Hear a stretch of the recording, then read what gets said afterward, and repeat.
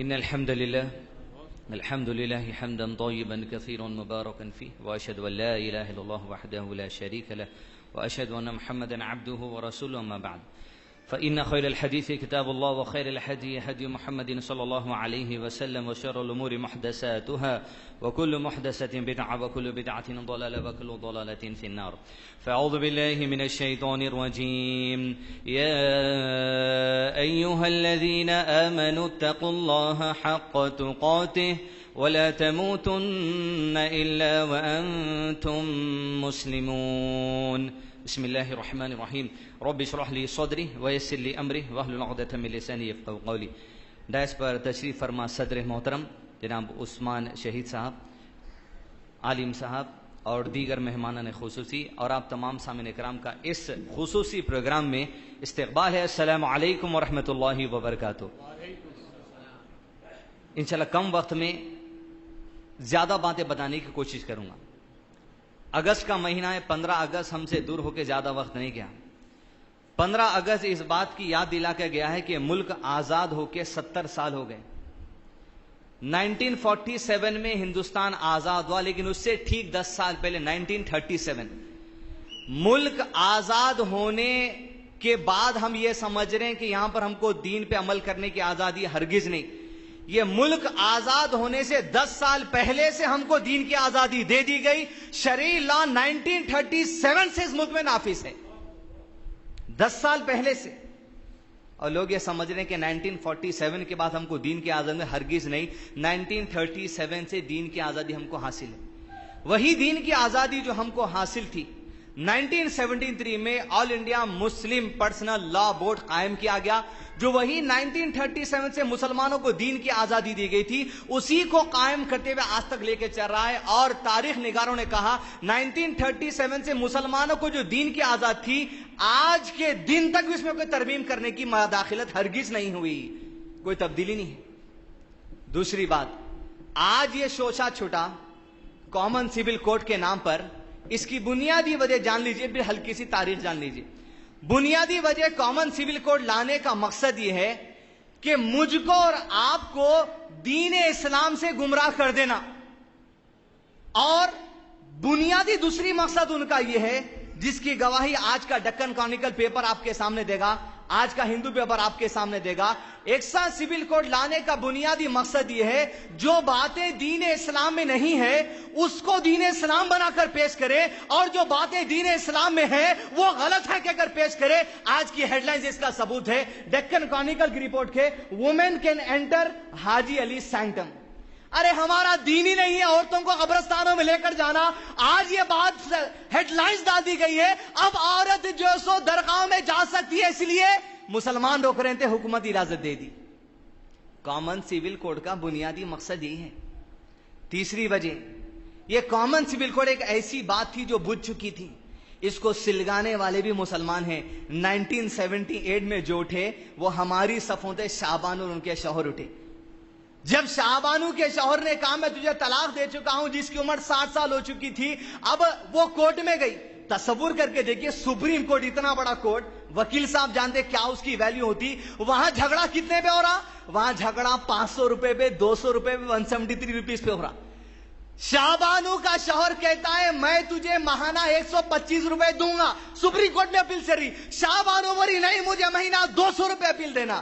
گویا یہ شاہبانو کی سازش نہیں تھی، یہ وقت کے جو سو اسلام دشمنوں کی طاقت تھی کہ جو لے گئے شاہبانو کو ایک سا سول کوڈ نافذ کرنے کے لیے. سپریم کورٹ نے کہا شاہبانو پہ ظلم ہو رہا، ایک ایسا سول کوڈ لانا چاہیے جس میں شاہبانو بھی آ جائے، پاروتی بھی آ جائے، جین بھی آ جائے، سکھ بھی آ جائے، سب کی آواز بند کرو، کامن سول کوڈ لا دو. یہ بنیادی مقصد سے بات چل رہا ہے. چوتھی بات عزیزان ملت جو آپ کے سامنے رکھنا ہے وہ اہم یہ، آج اسلام دشمن طاقتیں یہ سمجھ رہی ہیں کہ ایک ساتھ سول کوڈ لا دیں گے، ان کے شادی کے معاملات ہم کریں گے، طلاق کے معاملات ہم کریں گے، گھریلو فیصلے ہم کریں گے. سبرامنین سانی جو بی جے پی کا موجودہ سینٹرل گورنمنٹ کا بڑا منسٹر ہے، اس نے کہا تھا کہ انٹرویو میں، ہمارا مقصد یہ ہے کہ مسلمانوں کو ٹکڑوں میں بانٹ دو، ہمارا مقصد یہ ہے کہ مسلمانوں کو ٹکڑوں میں بانٹ دو. بی جے پی، کانگریس،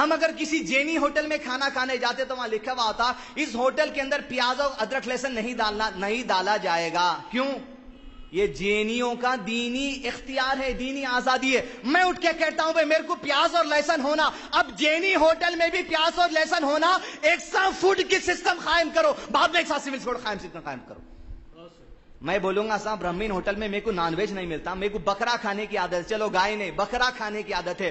آج برہمین ہوٹل میں میرا مطالبہ ایک ہندوستانی اور ایک ناتھ ہے, آپ گوشت پیش کریے, ایک سا فوڈ سسٹم لائیے. پہلے میں مطالبہ کروں گا اگر سکھوں کو اجازت دے دی پارلیمنٹ نے تلوار لٹکانے کی, مجھے بھی ڈرے میری جان کا, مجھے بھی تلوار لٹکانے کی اجازت دی جائے, ایک سا عام سسٹم لایا جائے, بعد میں ایک سا سول کوڈ سسٹم لایا جائے. اگر آپ لا بھی لیں, مودی جی دوڑ لیں, فلاں جی دوڑ لیں, انو جی دوڑ لیں, انو جی دوڑ لیں, لا کے آل انڈیا مسلم فرنٹ کے اسٹیج پر آ کر کہہ دیں پیاز آ گئی, مٹن آ گیا, تلوار آ گئی, آؤ اب بھی مسلم ایک سا سول کوڈ مان لو, سارے مسلمان تبھی وہی جواب دیں گے لکم دینکم ولی دین. ارے تیرا دین تیرے ساتھ, میرا دین میرے ساتھ ہے, اب بھی ہرگز نہیں, ہو ہی نہیں سکتا. آخری پوائنٹ, اگر ایک سا سول کوڈ آ بھی گیا, اپنے اختیار میں ہے, کام کرو, ہر آدمی 50 کارڈ ڈالنے کا عہد کر لو. یہ حکومت تک اپنا پیغام پہنچانا ہے آسان ذریعہ. قیامت کے دن انشاءاللہ حجت بنے گا, اللہ تیرے دین کے خلاف جو لوگ اٹھے تھے کم سے کم ایک کارڈ کے ذریعے بات پہنچا دی. اللہ جزائے خیر دے آپ کو. لاسٹ پوائنٹ, ہر آدمی 50 کارڈ ڈالنا. اگر آ بھی گیا, ہیبت کھانے کی ضرورت ہی نہیں ہے, اس لیے کہ ہمارا دین اتنا آسان ہے صاحب. تم ایک چیز پھینکو, اللہ سبحانہ وتعالیٰ 10 راستے بنا رکھا جہاں آدمی دین سے باہر بھی نہ ہوتا, اللہ کی رضا حاصل کر سکتا. مثال صحابہ کی دیکھیں, سیٹ لیتا ہوں. اللہ کے نبی صلی اللہ علیہ وسلم کے زمانے میں ایک صحابی رمضان کے دن میں پکارتے کہے اللہ کے رسول صلی اللہ علیہ وسلم میں ہلاک ہو گیا, میں ہلاک ہو گیا. کہا کس چیز نے تجھے ہلاک کر دیا؟ کہا اللہ کے رسول صلی اللہ علیہ وسلم میں روزے کی حالت میں اپنی بیوی سے ہم بستری کر لیا. بولے اب کیا کروں؟ بولے اب تجھے یہ کرنا ہے کہ ایک غلام کو آزاد کر دے. اس زمانے میں غلام کو آزاد کرنے کے لیے بڑی رقم لگتی. کہا اللہ کے رسول صلی اللہ علیہ وسلم اتنی تو استطاعت اپنے پاس نہیں ہے, مشکل دکھا دین. کہا آسانی لو. کہا 2 مہینے کے کنٹینیوس روزے رکھنا ایک ساتھ. اللہ کے نبی صلی اللہ علیہ وسلم اتنی جسمانی طاقت نہیں ہے میرے پاس. کہا اور آسانی لے, 60 مسکینوں کو کھانا کھلا دے جو غریب ہیں, اللہ تیرا کفارہ ادا کر دے گا, اس گناہ سے بچا لے گا, اس گناہ کے عذاب سے بچا لے گا. وہ کہا اللہ کے نبی صلی اللہ علیہ وسلم اتنے پیسے نہیں ہیں میرے پاس کہ 60 لوگوں کو ایک وقت کا کھانا کھلا سکوں جو خود میں کھا رہا ہوں. کچھ راستہ نہیں ہے نا. اگر آ گیا ایک سا سول کوڈ, مسلمانوں کے سامنے اگر کچھ راستہ نہیں دکھتا, اللہ کی قسم راستہ ہے. تو شخص بیٹھ گیا, دین کی آسانی نازل ہوئی. ایک شخص کھجور کی بڑی بٹی بیت المال میں صدقے کے طور پہ کھجور لا کے صدقہ کر دیا. رسول اللہ صلی اللہ علیہ وسلم اس صدقے کی بٹی لیے کھجور کی اور کہا میرے صحابی یہ کھجور لے, غربا میں بانٹ دے, تیرا صدقہ ادا ہو جائے گا, کفارہ اللہ قبول کر لیں گے.